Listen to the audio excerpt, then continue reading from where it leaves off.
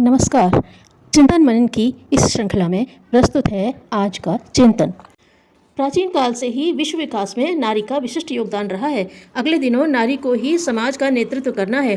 मानव समाज के समग्र विकास एवं कल्याण की संभावना को नारी नेतृत्व में ही स्वीकार किया जा सकेगा, ऐसा मनीषियों दिव्य दृष्टाओं का अभिमत है।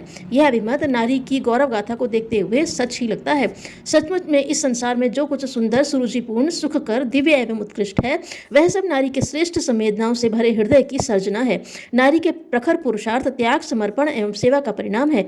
जीवन सत्ता की दिव्यतम संभावनाओं को, उच्चतम विभूतियों को, श्रेष्ठतम उपलब्धियों को नारी ने ही तो अपने विभिन्न स्वरूपों से अभिव्यक्त किया है। माँ, बहन, पुत्री, पत्नी आदि के रूपों में उसने अनुदानों की धारा सृष्टि के आदिकाल से ही प्रवाहित कर रखी है, जिससे मानव को पशु जीवन से ऊपर उठकर देव जीवन पथ पर सुविधा एवं सरलता से बढ़ने का अवसर मिला है।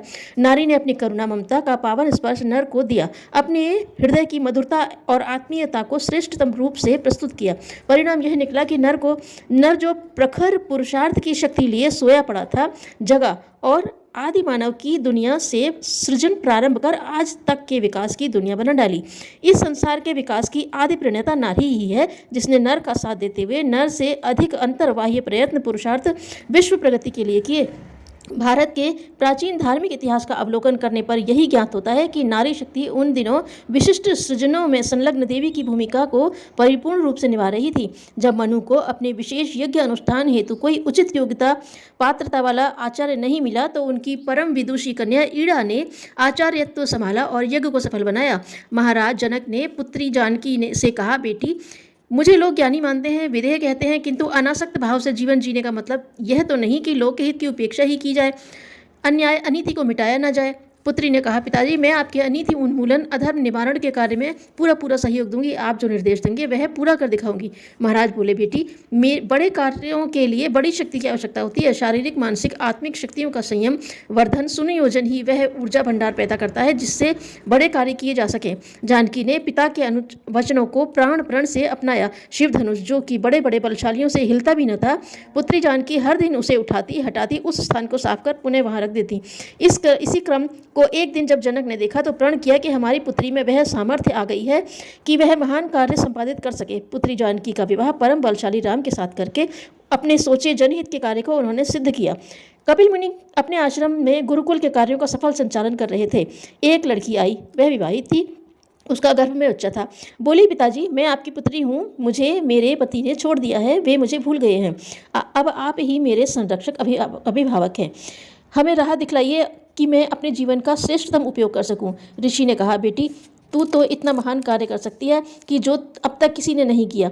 तू कठोर तपस्या कर। तू अपने बालक में दिव्य गुणों, संस्कारों को डालकर समस्त मानव जाति के लिए, विशेष कर इस देश के लिए महान रत्न दे सकती है। शकुंतला ने ऋषि आज्ञा को शिरोधार्य कर भरत जैसे महान जननायक को जन्म दिया, गढ़ा, जिनके नाम से इस देश का नामकरण भरत हुआ। वैदिक काल में अनेक विदुषी ब्रह्मज्ञानी ऋषिकाएं हुई हैं, जिन्होंने ज्ञान विज्ञान की अनगिनत धाराओं में, विभिन्न कलाओं में दक्षता प्राप्त की। विश्ववारा, अपाला, घोषा, अदिति, शर्मा, गोधा, रोमशा, लोपमुद्रा, शाश्वती, सूर्या, सावित्री आदि ऐसी ही ब्रह्मवादिनियां हैं जिनका यश वैदिक युग से अब तक अक्षुण्ण रहा है। ऋग्वेद के अनेक सूत्रों की मंत्र दृष्टा यह ऋषिकाएं ही हैं। अशोक का पुत्र जब धर्म प्रचार के लिए तैयार हुआ तो सहायता करने वाले ऐसे व्यक्ति की आवश्यकता उसे पड़ी जो निरंतर बिना घबराए, बिना उदास निराश हुए साथ दे। बहन संघमित्रा ने भाई के कर्तव्यों को महत्वपूर्ण समझते हुए साथ देने का निश्चय किया। भाई ने कहा, बहन, तू कहाँ हमारे साथ जाएगी? कार्य की कठोरता तुझे सहन नहीं हो पाएगी। तू भावुकता में यह कदम मत उठा। बहन बोली, भैया, मैं आपके सहयोग से अति प्रसन्न हूँ। मैं वह कर दिखाऊंगी जो एक भाई से कम नहीं, अधिक ही होगा। संघमित्रा ने वैसा ही किया भी। द्रौपदी ने कृष्ण के निर्देशों पर चलकर महाभारत के कार्य में अभीष्ट सहयोग दिया। नारी ने पत्नी के रूप में पूर्ण समर्पण भरा जीवन जिया है, पति को असाधारण प्रगति हेतु प्रेरित किया है। चाहे रत्नावली तुलसीदास का प्रसंग हो, चाहे विद्योत्मा कालिदास का या भामती कैयट का हो। मैत्री याज्ञवल्क्य का उदाहरण लिया जाए या अरुंधति वशिष्ठ का, पति से कम पत्नी नहीं रही हैं। शारदा मणि, रामकृष्ण परमहंस, बापू अभी पिछले ही समय में आदर्श दंपति हैं, जिन्होंने न केवल एक दूसरे के सहयोग से स्वयं का विकास किया, बल्कि समाज कल्याण के लिए विशिष्ट पुरुषार्थ भी प्रस्तुत किया। मंडन मिश्र की पत्नी भारती शंकराचार्य से शास्त्रार्थ करने में सक्षम रही। जापान के गांधी कागावा अपनी पत्नी के आदर्श सहयोग से ही सफल हो सके। मार्क्स को उनकी पत्नी का विशेष सहयोग मिलता रहा।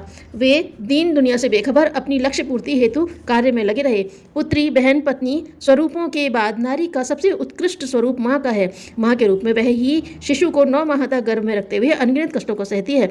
शिशु जन्म के पश्चात कितने ही वर्षों तक लालन पालन, सेवा, सहायता में असीम त्याग, पुरुषार्थ भरा दायित्व निभाती है। नर तो शिशु जन्म में निमित्त मात्र है।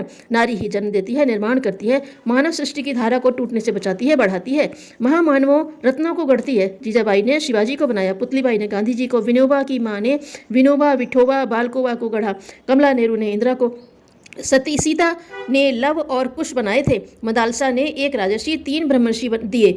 आधुनिक युग के महापुरुष हों या प्राचीन युग के देव मानव, अधिकांश माँ के ही हाथों वह दिव्यत्व पा सके जिससे उनका व्यक्तित्व महान कहलाने योग्य बना। धन्यवाद।